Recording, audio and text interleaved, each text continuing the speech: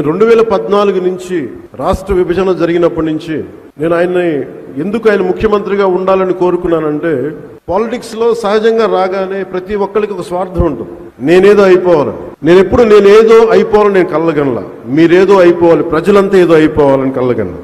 ఆ కళలకి సరైన సారథ్యం వహించే వ్యక్తి ఎవరు, ఆ దిశగా తీసుకెళ్లే వ్యక్తి ఎవరు, నాకు ఆయన తప్ప ఇంకెవరు కనిపించలేదు. 2014లో ఏ సీటు తీసుకోకుండా ఎందుకు సపోర్ట్ చేశానంటే, విభజించబడ్డ ఆంధ్రప్రదేశ్ అన్యాయం కాకూడదు, ఆయన అనుభవం కావాలి, ఆయన నాయకత్వం మనకి చాలా అవసరం.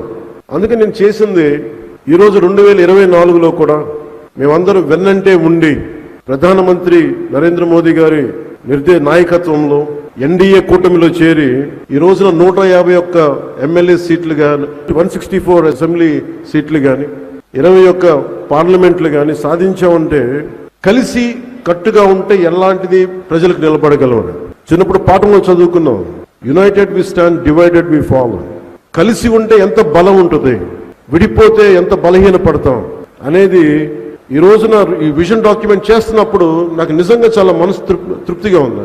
ఇన్ని కోట్ల మంది ప్రజలకి బలోపేతం ఇవ్వడానికి, బలం ఇవ్వడానికి, ఆర్థిక వ్యవస్థని బలోపేతం చేయడానికి ఇది దోహదపడినందుకు మనస్ఫూర్తిగా నాకు చాలా ఆనందంగా ఉంది.